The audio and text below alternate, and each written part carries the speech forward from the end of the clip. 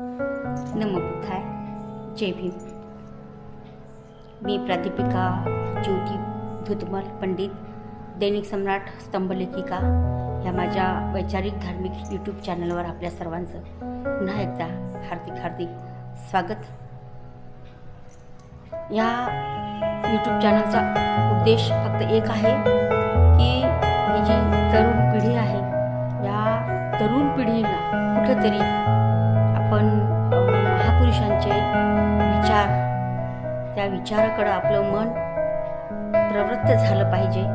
कारण प्रत्येक तरुण हा देशाचा एक खूप मोठा आधारस्तंभ आहे आणि भारतरत्न डॉक्टर बाबासाहेब आंबेडकर यांनी म्हणून असं म्हणलेलं आहे की तरुणांनी सर्व महापुरुषांचा इतिहास वाचला पाहिजे, ऐकला पाहिजे. आणि म्हणून माझा हा मूळ उद्देश आहे की तरुणांपर्यंत ह्या महापुरुषांचे विचार ही दैनिक सम्राट स्तंभलेखिका ह्या लिखाणाच्या माध्यमातून पण गेल्या अनेक वर्षापासून 2007 पासून पोहोचवत आहे. आणि ह्या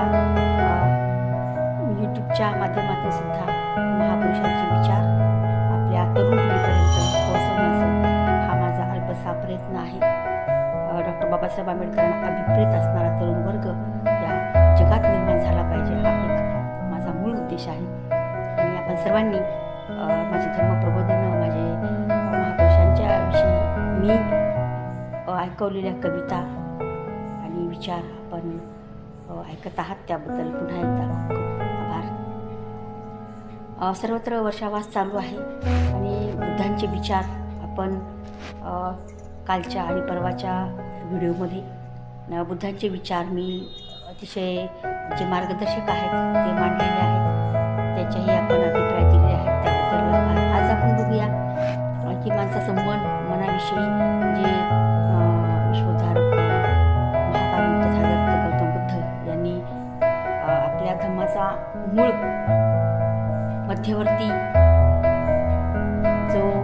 मध्यवर्ती बिंदू मानला आहे, तो माणसाचं मन आहे. आणि म्हणून मनावर जे काही आपल्याला बोलता येईल ते कमीच आहे. पण इथं मनाविषयी थोडक्यामध्ये इथं मी मांडण्याचा प्रयत्न करते. कारण मनच हे आपल्या हातून कुशल आणि अकुशल कर्म घडवण्याचं कार्य हे मन करते. ज्याप्रमाणे मन आपल्याला सूचना देतं त्याचप्रमाणे माणूस कृती करतो. आणि म्हणून मनाला कसं वळण लावायचं हे बुद्धांच्या तत्त्वज्ञानाकडून आपल्याला अतिशय चांगल्या प्रकारे मार्गदर्शन मिळू शकतं. बुद्ध म्हणतात मन हे अतिशय चंचल आहे, सदैव सुखासाठी हापापलेले वकवकलेले आहे. मनाचे दमन करणे अतिशय कठीण गोष्ट आहे, पण दमन केलेले मन हे फार सुखदायक असते. म्हणून तथागत बुद्ध असं म्हणतात की मनाला नियंत्रित करणं ही अतिशय कठीण गोष्ट आहे. पण जो व्यक्ती मनाला वळण देऊन त्याचं दमन करण्याचं सामर्थ्य ज्या व्यक्तीमध्ये असतं, ज्या व्यक्तीनं मनाला दमन केलेलं असतं, ते दमन केलेलं मन हे अतिशय सुखदायक असतं असं तथागत बुद्ध म्हणतात.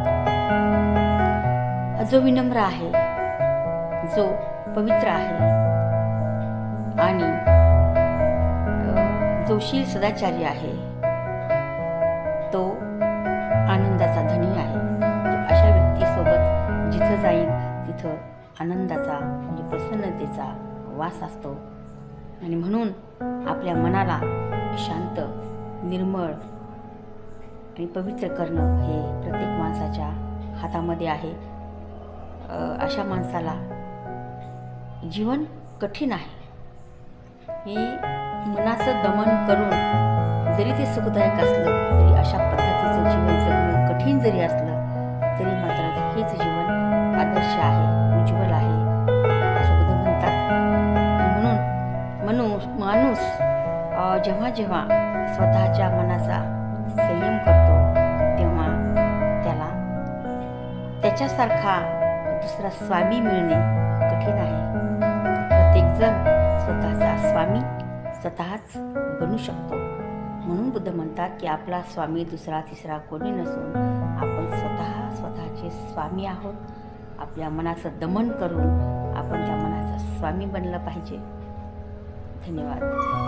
नमो बुद्धाय. जय भीम.